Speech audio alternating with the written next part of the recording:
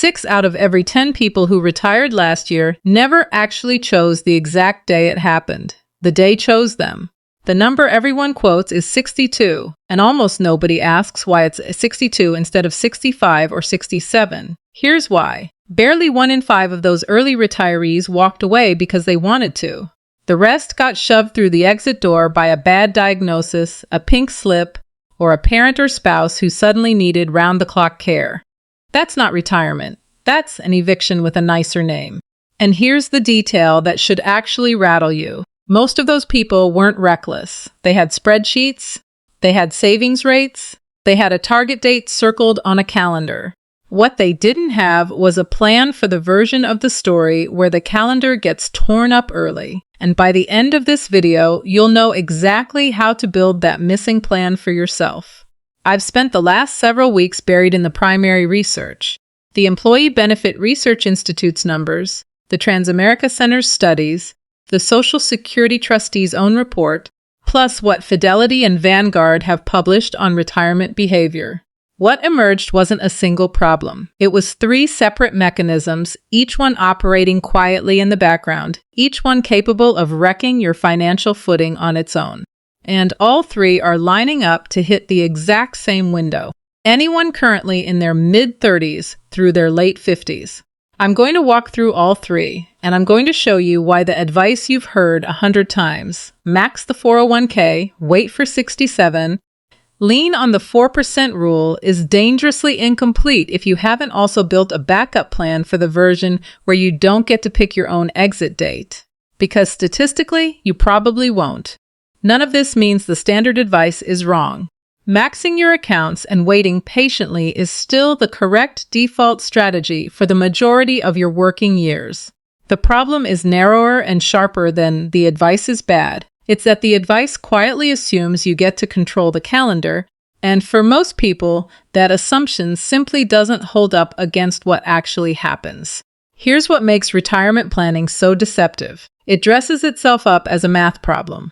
Plug in your balance, your contribution rate, your assumed growth, your target age, out pops a number. The number looks solid. You relax. But what you actually built wasn't a plan. It was a bet that 5 completely unrelated systems, your body, your employer, the market, Congress, and the insurance industry, would all behave themselves for the next 15 or 20 years. History is not kind to that particular bet. Picture it like this. You filed a flight plan. Destination, retirement, age 67. Skies look clear, runway looks endless, fuel gauge reads full. Except researchers have quietly flagged that this exact gauge has been misreading high for decades, by 3 to 5 years, according to multiple large surveys, and out past the point where you can still see clearly. There's terrain nobody marked on your map. 3 bare years with no employer health coverage. Medicare still out of reach, and a 2026 insurance market where the subsidies that used to soften the blow just disappeared. Layered under all of it is a Social Security deadline that feels like distant paperwork until you realize it isn't. I'll give you the actual date later in this video. But first, let's meet the shape of the real problem, because it's not the shape most people expect. Call him Marcus. 53 years old, roughly $240,000 sitting in his 401k, 12 years of runway, to his target retirement at 65. On paper, everything checked out. His advisor signed off, his spouse was on board, he felt genuinely on track. Then at 56, Marcus slipped off a ladder cleaning his gutters. Nothing life-threatening, a broken wrist, a torn rotator cuff, but it sidelined him from the physical side of his job for 4 months. While he was out, his company quietly restructured. He came back to a demotion dressed up as a lateral move, worth about 15% less pay. He took it because the job market for a 56-year-old in his field wasn't what he'd imagined. His 12-year runway stretched to 15. He updated the spreadsheet and moved on. 18 months later, a second layoff wave swept through, and this time Marcus was in it. 58 years old, roughly 14 months of savings outside his retirement accounts, and his 401k still 18 months from penalty-free access. His spouse hadn't worked in 10 years. Marcus's story isn't a tragedy. He eventually found his footing. But notice what actually broke. It wasn't the math. The math was fine. What broke was the hidden assumption baked into every version of the spreadsheet, that nothing would knock the timeline off course before 65. Something did at 58, and the distance between 58 and 65 ended up costing far more than any spreadsheet had budgeted for. Think about how ordinary each piece of that chain was. A wet gutter, a slippery rung, an off-balance step. None of it dramatic. None of it the kind of thing a financial plan is built to anticipate. That's exactly the point. Nobody models minor household accident cascades into permanent income cut as a line item, and yet it's a more common failure pattern than most of the exotic risks people actually do plan for, like a market crash on the very week they retire. Here's the twist worth sitting with. You've probably been told the core problem is that people don't save enough. That's true, but it's not the real problem. The real problem is that most retirement plans are engineered around a finish line that most people will never actually cross on schedule.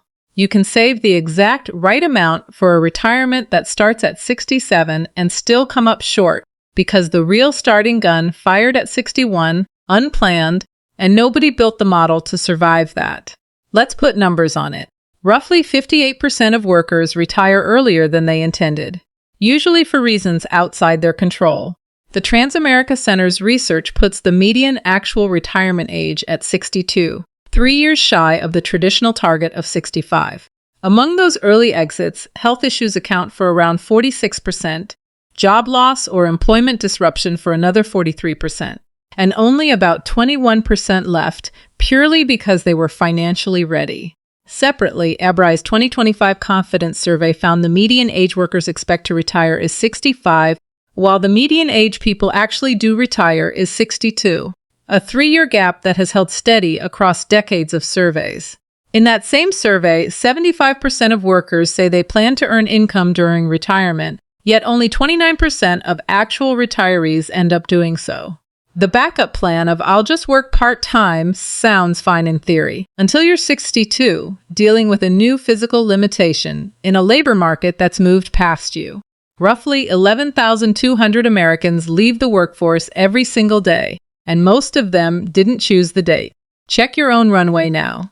Stay with me, because the next section changes the actual dollar figure you need to prepare for, and it isn't a minor adjustment.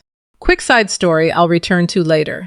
Call her Elena, 52 years old, working with a financial advisor, around $340,000 in her 401k, targeting retirement at 65 with a realistic path to $800,000 by then. On paper, she's ahead of most people her age, organized, disciplined, more prepared than the vast majority of savers I talk to. I'll come back to her numbers shortly, because they illustrate something important, namely, that being disciplined and being protected against the unexpected are two entirely different things, and most people mistake one for the other. But first, the 3-part cost ambush. This is the mechanism that does the most damage to people who actually make it close to their target date.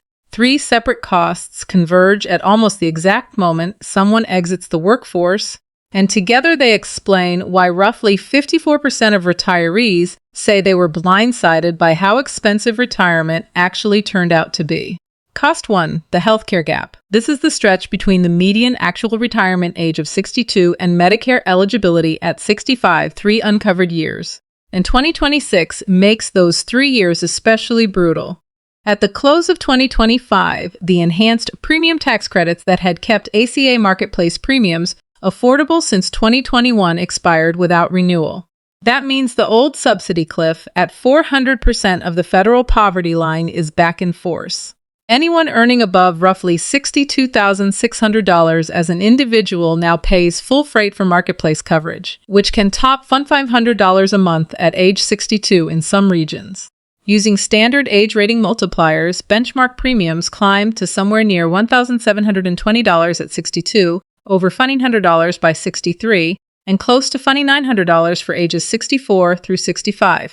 Health coverage is routinely one of the single largest line items for anyone retiring before 65. Monthly premiums in the neighborhood of $1,000 to $1,100 per person can meaningfully shorten how long a portfolio lasts, especially stacked on top of housing, food, and transportation. That's somewhere around $12,000 to $13,000 per person per year in premiums alone, before deductibles, before copays, before a single prescription. For a couple retiring together, simply double that figure, and you start to see why this single line item quietly outweighs almost every other retirement expense people actually plan for, including travel, hobbies, and even housing upgrades combined. Fidelity's research pegs the average couple retiring at 65 for roughly $330,000 in lifetime healthcare spending, covering premiums, out-of-pocket costs, and prescriptions. And that figure still excludes long-term care, which deserves its own video entirely. Retire at 62 instead of 65, and you're layering on roughly $36,000 in unplanned premium costs, paid during the exact 3 years when sequence of returns risk is at its most dangerous, and every withdrawn dollar loses its chance to compound. Cost 2. Social Security timing. Claim before your full retirement age, and your monthly check can be permanently reduced by up to 30%. For anyone born in 1960 or later, full retirement age is 67. Wait until 70, and your benefit tops out at 124% of the full amount, with no further increases after that. In 2026, the maximum monthly benefit at 67 sits around $4,018. At 70, it climbs to roughly $5,180. Claim at 62 instead, and that maximum drops to about $2,710 a month, permanently. This isn't a scheduling choice, it's a lifetime income decision. The spread between claiming at 62 and waiting until 70 can total tens of thousands of dollars in extra lifetime income for anyone who lives into their mid-80s or beyond. And unlike a portfolio, Social Security can't hit zero. Every year you delay past 67 adds a guaranteed 8% to your annual benefit. There's no index fund on earth offering a legally guaranteed 8% just for patients. Think about what that actually means in practice. The single highest return, lowest risk financial decision most people will ever make in their entire lives isn't a stock pick, a real estate deal, or a hot fund manager's recommendation. It's simply waiting a few extra years before pressing the claim button, and almost nobody treats it with the seriousness that guaranteed return deserves.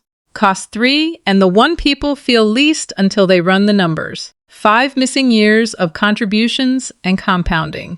Take a moderate earner making $120,000 a year, contributing 15%, about $18,000 annually. 5 years of that, between 60 and 65, is $90,000 in raw contributions alone. Compounded at 8%, that $90,000 grows to roughly $135,000 by the time it would have been needed. Lose those 5 years, and that growth simply vanishes. Now stack the compounding loss on top of the existing balance. $400,000 at 60, growing at 8% for 5 more years, reaches roughly $611,000 by 65. Get forced out at 60 instead, and you retire with $400,000, not $611,000, from that single bucket alone. At a 4% withdrawal rate, that gap is nearly $8,500 less in income every single year for the rest of your life. Multiply that shortfall across a 25 or 30-year retirement, and you're looking at $250,000 in income that simply never arrives, not because the market failed you, but because the 5 years you needed most quietly got taken off the table. A spreadsheet only protects you from the future you were brave enough to imagine. Elena still hasn't run her bridge calculation. I'm working through it with her, and I might bring you along for that one too. Patience pays a guaranteed return that no fund manager can promise you. If this actually shifted how you're thinking about your own runway, hit like, drop a comment telling me your own target age, and subscribe to Winds of Thought so the next breakdown finds you before the ambush does, not after it. Check your runway, and I'll see you in the next one.